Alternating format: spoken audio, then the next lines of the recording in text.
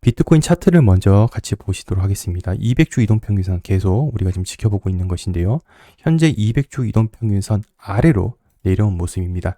과거 2018년, 2019년에 있었던 200주 이동평균선 위로 지켜주는 모습을 많이들 바라고 있지만 현재는 약간 지금 엉성한 모습을 보여주고 있는데, 반면 크립토 토탈 마켓캡 기준으로 봤을 때는 이 200주 이동평균선 위에서 현재 놀고 있는 모습 여러분 보고 계십니다. 그리고 최근 멤버십 커뮤니티 게시글에 비트코인 단기 하락에 대해서 언급드린 바가 있는데요. 바로 비트코인이 상승세기 약세 패턴을 형성하고 있는 과정이 있었고요. 통상적인 이런 패턴 뒤에는 이런 지지를 깨고 하락하는 모습 보여줬습니다. 예상과 부합하게 이 지지 라인을 깨고 비트코인은 소폭 하락하는 모습을 보여줬습니다. 예, 그렇습니다. 현재 난이도는 가장 최상이라고 감히 말씀드릴 수 있을 것 같습니다. 그래서 지금 섣불리 혈기 있게 들어가서 뭔가를 한다고 해서 되는 시장이 아니고요. 올바른 방향성이 가장 중요하지 않을까라는 생각이 드는데요. 분명한 사실은 이전 영상부터 계속 일관되게 똑같이 말씀드리고 있습니다. 이미 많이 떨어졌습니다. 그래서 지금은 어떻게 하면 조금 더 싸게 살까 하는 걱정 단계라고 감히 말씀을 드릴 수 있을 것 같은데요. 그래서 이에 맞게 여러분들께 좀 도움이 되는 정보를 계속 제공을 해드리고 있습니다. 그래서 현재 이 축적, 즉 모아가는 단계라고 좀 말씀을 드릴 수 있을 것 같은데, 이 모아간다라는 정의가 분명해야 합니다. 그래서 여러분들께 도움이 될 수 있는 이 모아간다라는 정의 관련된 영상 커뮤니티 게시글에 공유를 드렸으니까 필요하신 분은 본 영상 끝나고 시청하시면 도움이 되실 것 같습니다. 최근 가장 뜨거운 밈 주식이죠. 베드베스 앤 비욘드, 이 주가가 장중 70% 폭등하였습니다. 4달러 수준에 불과했으나 최근 들어 개미들이 집중 매집함에 따라 20달러 선까지 폭등했다는 이 주식인데요. 갑자기 이걸 왜 말씀을 드리냐면은 바로 밈 주식이라는 이 테마 때문입니다. 이런 밈 열풍이 처음에 주식 쪽에서 막 불고 나서 결국 코인 쪽으로까지 이 불길이 확 번진 다음에 막대한 엄청난 펌핑이 있었습니다. 그래서 현재 이러한 현상 꼭 주목을 해야 되겠다고 생각해서 가지고 와봤는데요. 6월 중순 파산보호 신청 이후 주가가 582% 상승한 또 주식도 있고요.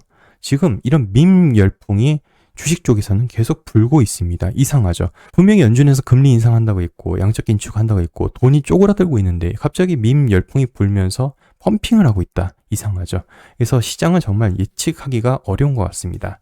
이 밈 주식이란 것은 아까도 말씀드렸지만 지난해 초 미국의 개미들이 공매도에 맞서 게임스톱의 주식을 대거 매집하면서 탄생한 용어라고 합니다. 그래서 이 게임스톱 주식 한때 엄청난 상승을 했었잖아요. 2021년 1월 29일 보시면 아주 이렇게 최고점을 찍고 떨어졌다가 다시 올라갔다 하면서 엄청난 이 유동성이 흘렀었는데요. 이러한 유행 자체가 코인까지 번지면서 그때 엄청난 또 펌핑이 있었습니다. 또한 기억하실지 모르겠지만 5월 포차빈 맞고 코인 떨어지고 나서 여름에 막 이렇게 횡보를 하다가 다시 또 트리거가 있었던 적이 있었죠. 바로 AMC 주식이었습니다. 주식 쪽에서 밈 열풍이 불면서 이러한 자금이 코인으로 쏠려 들어가면서 다시 한번 2차 상승을 했었던 요인이기도 하죠. 다시 게임스탑으로 돌아와서 지난해 초 이렇게 밈 열풍이 돌 때 에버그린 채널에서도 말씀드린 바가 있습니다. 이 밈 열풍 코인으로 번지고 있다. 그래서 감히 이렇게 대놓고 말씀드린 적이 있죠. 왜냐하면 이거 아예 펌핑하겠다고 이제 월스트리트 배치라고 하죠. 이 사람들이 진짜인지 가짜인지는 중요하지가 않습니다. 펌핑하느냐 마냐가 그때 중요했던 시기이기 때문에 그래서 XRP도 펌핑 시키려고 하고 에이다도 펌핑 시키려고 하면서 이때 막 돌아가면서 코인 쪽에서도 펌핑이 있었기 때문에 우리가 그때 많이 또 즐거운 시간을 또 가진 적이 있었죠. 자, 그럼 지금 비트코인 상황입니다. 역사적으로 봤을 때 지금 과연 바닥인가라는 것이 모두가 지금 궁금한 상황일 것입니다. 지난날의 비트코인 하락장의 그 패턴을 여러 개 겹쳐가지고 현재 본다면은 조금 애매한 부분이 있습니다. 현재의 비트코인 상황, 바로 이 주황색 부분인데요. 참고로 이 데이터가 나온 것은 8월 14일입니다. 그래서 현재 8월 21일, 한 일주일 정도 지났기 때문에 약간의 오차는 있는 점 여러분 가만히 주시면 좋을 것 같고요. 여기서 중요한 포인트는 바로 그겁니다. 가격적으로나 이 기간적으로나 약간은 조금 더 기다려야 되고 그리고 좀 하락도 조금 더 있어야 되지 않을까라는 생각을 이렇게 겹쳐서 보면 분명히 그런 생각을 할 수밖에 없습니다.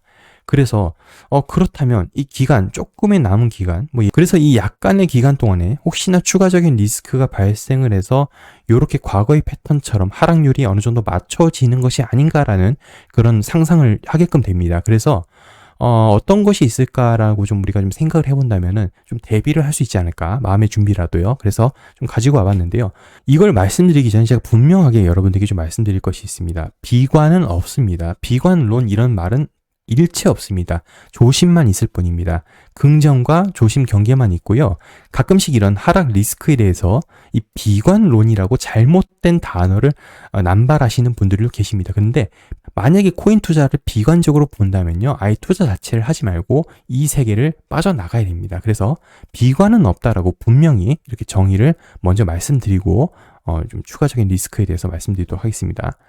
그러니까 리얼라이즈드 프라이스라고 얘기를 한데요. 이게 본전 라인입니다. 쉽게 말씀드렸어요. 그래서 역사적으로 이 비트코인 가격의 이 흐름이 있어서 한 번쯤 하락이 왔는데 그 하락하는 그 가격선이 한 번쯤은 이 본전 라인까지 어느 정도 근접해서 온 다음에 그 다음에 바닥을 찍고 상승을 한다는 것입니다. 그래서 과거의 패턴을 보신다면 이렇게 본전 라인쯤에 한 번쯤 왔다.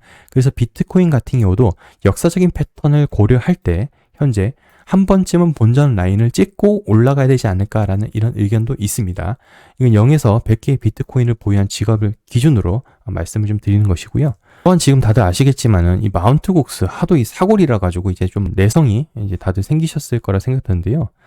마운트 곡스의 4.3조 원 비트코인이 풀린다. 요 기사는 다들 보셨을 겁니다. 그래서 일단은 8월 말에서 9월 초가 그냥 시기적으로 무사히 지나간다면은 이 시기만 지난다면 마운트 곡스의 매도 압력에 대한 그 두려움은 어느 정도 좀 경감이 될 것으로 보여집니다. 그런데 또 이런 것도 있어요.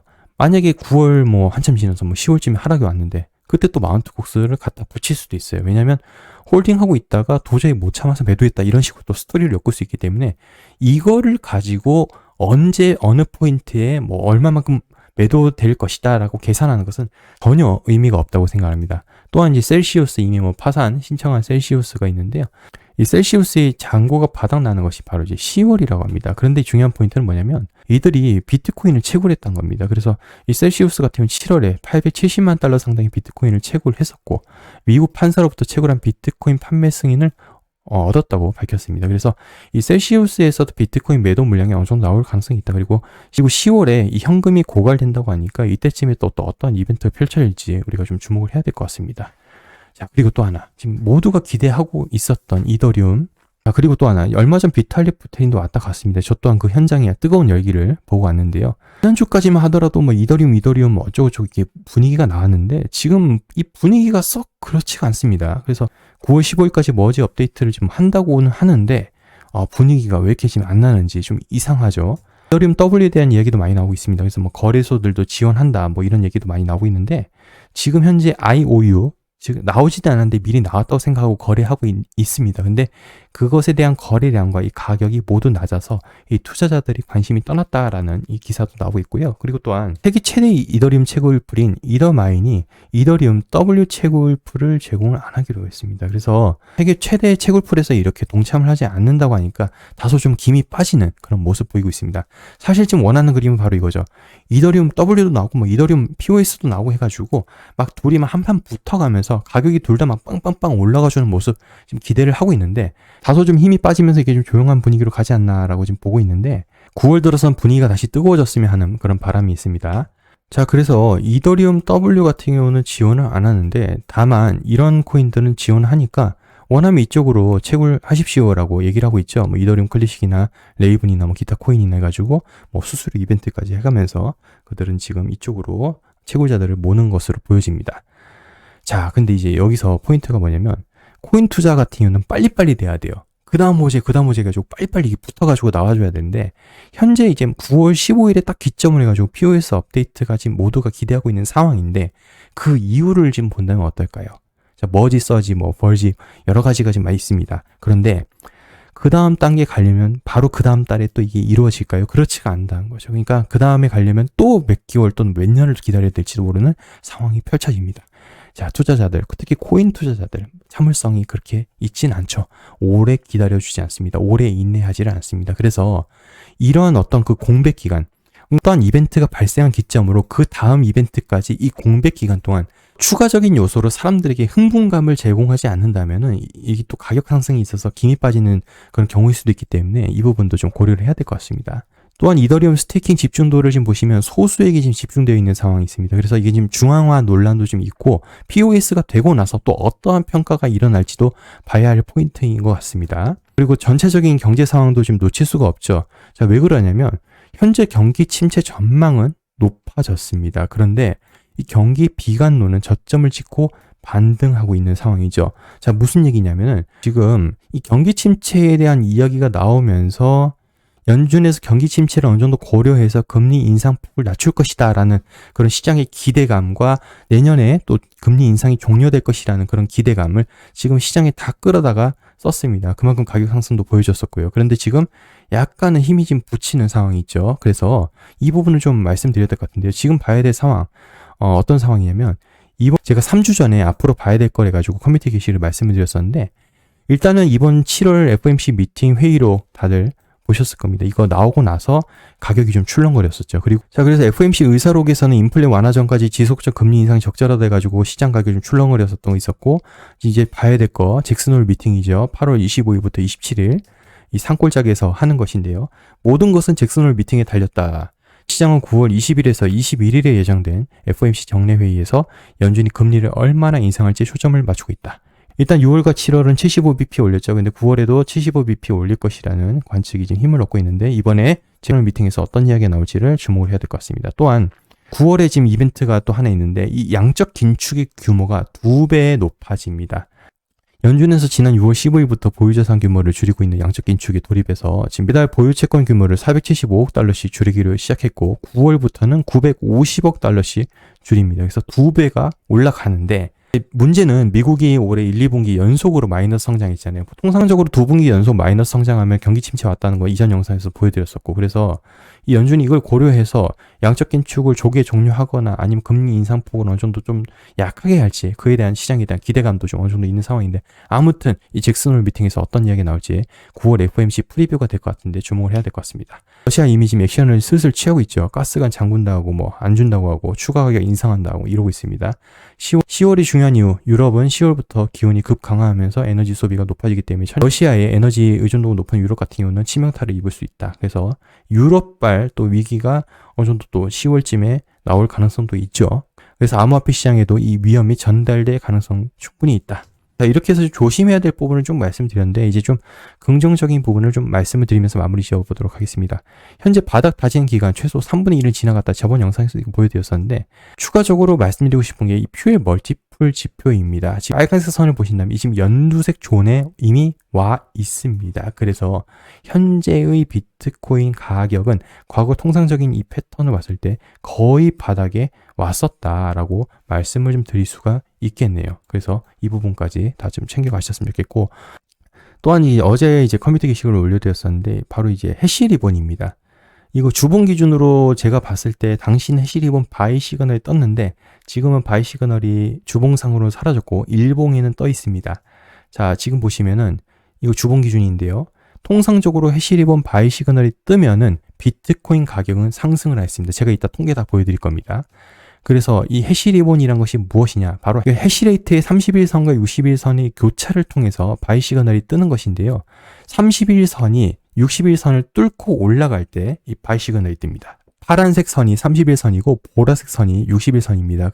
그래서 보시면 여기 보시면 파란색 선이 보라색 선을 뚫고 올라갔을 때 당시 작년 기억하시죠? 작년에 이때 바이 시그널이 떴었고, 그래서 여기 보시면 이때 바이 시그널이 뜬 게 바로 이때입니다.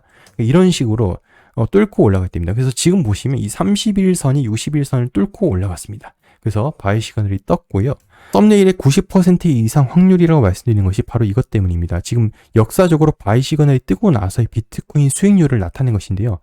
자, 바이 시그널이 뜨고 바로 비트코인 샀습니다. 자, 그러면 좌측은 최대 손실이고 우측은 최대 이익입니다. 대체적으로 바이 시그널이 뜨고 나서 비트코인을 산다면 잃는다면 조금 잃고요. 얻는다면 많이 얻는 것입니다. 거의 사기죠. 그렇기 때문에 이 해시레이트의 바이 시그널을 주목할 수밖에 없습니다. 그래서 다만 조심해야 될 부분, 한 가지 예외 사항이 있었어요. 이때는 거의 뭐 수익이 없었습니다. 이때는 많이 잃었을 때가 마이너스 45% 그리고 많이 얻었을 때가 47%였습니다. 그래서 이때는 그렇게 큰 메리트가 없었는데 그 외에는 아주 큰 메리트가 있었죠. 근데 이 아쉬운 이 하나의 포인트 또한 수정을 할 수 있습니다. 어떻게 또 보완을 하냐면 아까 31선하고 61선이었잖아요. 자, 근데 이 11선하고 21선을 추가로 해가지고 검증하면 됩니다. 자, 이거는 아까 방금 앞에 보여드렸던 표하고 약간 다른 분이 작성한 표인데요.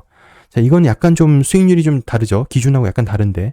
자, 이제 보여드리고 싶은 게 뭐냐면 이 사람은 2015년 1월에 그때 바이 시그널이 뜨고 나서 구매를 했다면 이때는 마이너스 42%가 뜨고 오래 기다렸더니 오를 때까지 오래 기다렸더니 이만큼 수익이 있었다. 근데 이 부분이 아쉬웠다. 그래서 아까 말씀드렸던 11선하고 21선 그거를 이제 추가해가지고 보완을 했더니 마이너스 42%의 손해가 마이너스 15%로 이렇게 보완이 됐습니다.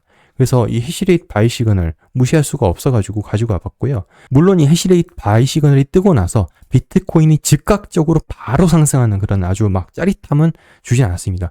어쩔 때는 단기적으로 손해를 보는 구간에 들어가기도 하고요. 그리고 또한 오랜 시간 기다림을 필요로 하는 때가 있기도 했습니다. 하지만 역사적인 패턴과 이런 데이터를 봤을 때 비트코인 바이 시그널이 뜨고 나서 매수를 했다면 어느 정도의 기간을 기다림이 필요하지만은 결과적으로 이런 수익을 얻었다라는 것을 말씀드리고 싶고요.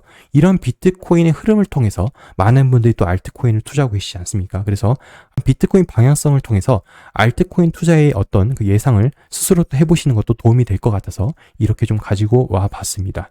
자, 그래서 오늘 이렇게 좀 중요한 포인트를 좀 말씀을 드렸는데요. 여러분들께 좀 도움이 되셨길 바라면서 저도 다음 시간에 여러분께 도움이 되는 정보로 찾아뵙도록 하겠습니다. 시청해주셔서 감사합니다.